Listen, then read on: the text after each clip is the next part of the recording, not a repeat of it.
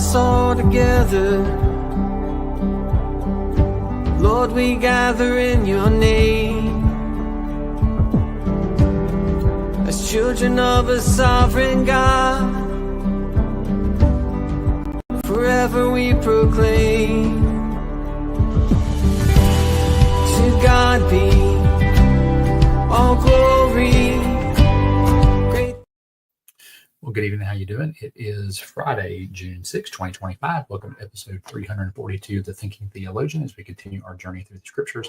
And again, this is a recap of something I've already done before. As we're kind of getting done, this will be the last one like this for this week. But this is kind of what's going on, what's happening. Just a recap of certain readings. I'm still reading my Bible every day, but just get this done so I can be at least a week in advance to kind of help me through with where we're at and where we're going. So today, I think I said episode 342, in June 6. I do believe I said that. And so today's reading is Job 17 through 20. The title of today is Open and Broken. The focal scripture is Job 17:20, and this is what it says. He has blocked my way so that I cannot pass through. He has veiled my path with darkness. He has stripped me of my honor and removed the crown from my head. So the hard part about going through difficult seasons is being transparent. When you're going through something that's difficult, it's very hard to be transparent. Job has no problem with doing that. He has friends who showed up, but they wanted to solve the problem instead of just being present. This led to contention and strife. And so one of the biggest things I can give you here is when you're dealing with people who's going through suffering is that, especially for the first little while, they don't need your words. They just need your ministry of presence. They need you to be there, and they'll remember that more than anything. There will come a time for conversation and for them to process what's going on and what's happening, but often we do not need to go through and try to solve the problems or solve the situations. And here, Job is just being very open about his brokenness, and we need to do that with people that we're close with. And so he is doing that with his friends. He's being transparent about his open and brokenness. Now, be careful here because we don't need to do this with everybody, especially in as much detail as Job is doing here. When you do people we can trust, people we know that have good intentions, even though if their intentions aren't always done the best, because some people just don't know how to minister to people who are going through difficult times. But we need to be open and transparent with people when we're really struggling. And I've learned that over this past year, that there's people I can be very, very open and transparent with, to let them know what's going on. And there's other people who don't want to know openness and brokenness. They ask a question, and when you begin to talk to them or even begin to bring things up even they may disagree with, it creates problems and tension. And I really learned over this past year or so who are my true friends and who just were acquaintances or wanted to use me in certain situations.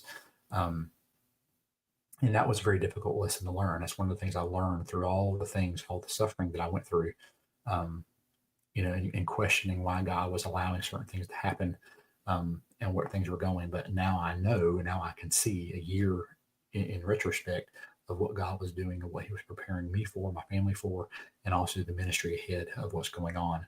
And God is opening doors. And I had people who were honest when I needed to. I could be open and transparent with them. But then we just had different an understanding of what it is to be open and broken when you're struggling and not understanding what's going on. And these people that I'm really close with, friends with, they didn't lecture me. They listened to me when I had issues, and they gave nuggets of truth when I needed it, and always focused me back on who God is and his character and his nature. Didn't make it about me or them or their personal story. Like, hey, God's got this, God's got you. Trust the process and understand that God's going to be with you through the midst of all this. And so Job, has friends who showed up, and he just needed the ministry of presence. He didn't need, the contention and strife that they were bringing by kind of blaming him for everything that was happening. So here we see Job respond, and his honesty is refreshing. It really is. He says that God has blocked his way and he can't pass through. He's like, why is God doing this? He's beginning to ask questions of why these things are happening. He can't see the next steps. His honor is gone along with his crown. Job is expressing brokenness and brutal transparency. He is hurting. He wants to know why. He wants to know why of what's going on and what's happening. And that's a good question to ask. He does need to know that. Now, later on, he gets a little obstinate, but that's a whole nother conversation. And so one of the best things we can do as believers is to be honest with our struggles.